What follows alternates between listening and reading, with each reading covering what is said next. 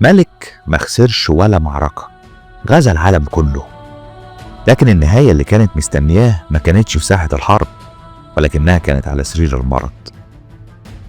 بعد زيارته لمصر اتجه الإسكندر شرقا لمواجهة داريوس الثالث للمرة الأخيرة. اللقاء حصل سنة 331 قبل الميلاد في سهل اسمه جواجاميلا شمال العراق الحالي. داريوس جه بجيش ضخم أكتر من 200,000 مقاتل، والإسكندر كان معاه حوالي 40,000 مقاتل بس. لكن الفرق الحقيقي ما كانش في العدد، ولكنه كان في الذكاء.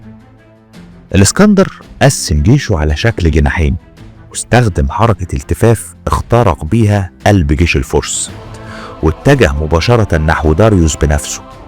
الملك الفارسي شاف الموت بيقرب منه، فقرر انه يهرب، وبكده انتهت الإمبراطورية الفارسية اللي حكمت العالم لقرون.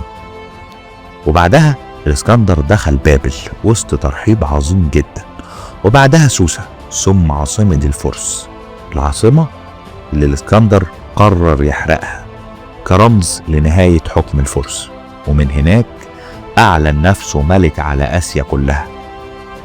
لكن المجد ما كانش كفاية، والإسكندر قرر يكمل فتوحاته ناحية الشرق.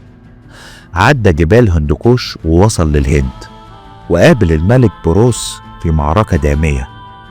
ورغم انتصار الإسكندر في المعركة دي، إلا إنه انبهر جدا بشجاعة خصمه، وقال له: عاملتك كملك لأنك قاتلت كملك.